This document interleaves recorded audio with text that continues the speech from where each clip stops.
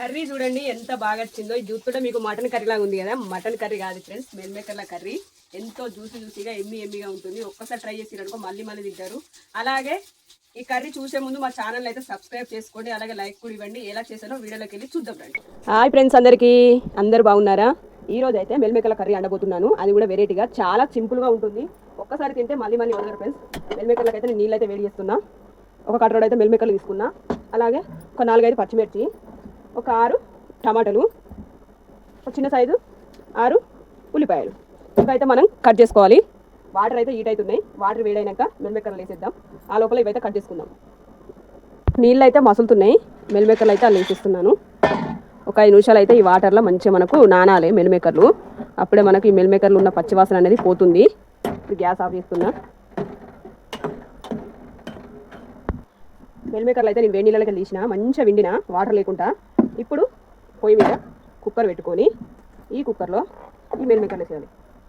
అలాగే కట్ చేసి పెట్టుకున్న టమాటా, ఉల్లిపాయ, పచ్చిమిర్చి ఉన్నాయి కదా, ఇవి కూడా వీటి మీద వేయాలి. మెల్ మేకర్ల పైన ఇలా ఉల్లిపాయలు, కొత్తిమీర, టమాటాలు అన్నీ మెల్ మేకర్ల పైననే వేయాలి. అలాగే ఇప్పుడు కొద్దిగా పసుపు,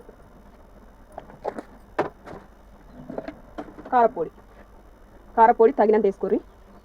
నేనైతే 2 స్పూన్లు వేసిన. ఇప్పుడు 1 స్పూన్ ఉప్పు, ఆయిల్ వేసుకుందాం. ఆయిల్ 2 స్పూన్లు.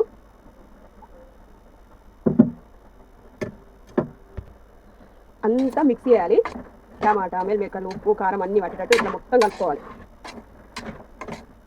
ఇలా చాలా సింపుల్గా ఉంటుంది. టేస్ట్ మాత్రం నెక్స్ట్ లెవెల్ ఉంటుంది ఫ్రెండ్స్. ఒక్కసారి మీరు ట్రై చేసారనుకో మళ్ళీ తింటారు. ఎక్కువ పని కూడా ఉండదు. టేస్ట్కి టేస్ట్, సింపుల్కి సింపుల్, చాలా బాగుంటుంది. ఇప్పుడైతే గ్యాస్ అయితే ముట్టిస్తాను. ఒక 5-10 నిమిషాలు ఇలాగే ఉడికియాలి. ఇప్పుడు కలుపుదాం. మధ్యలో కలుపుతూ ఉండాలి.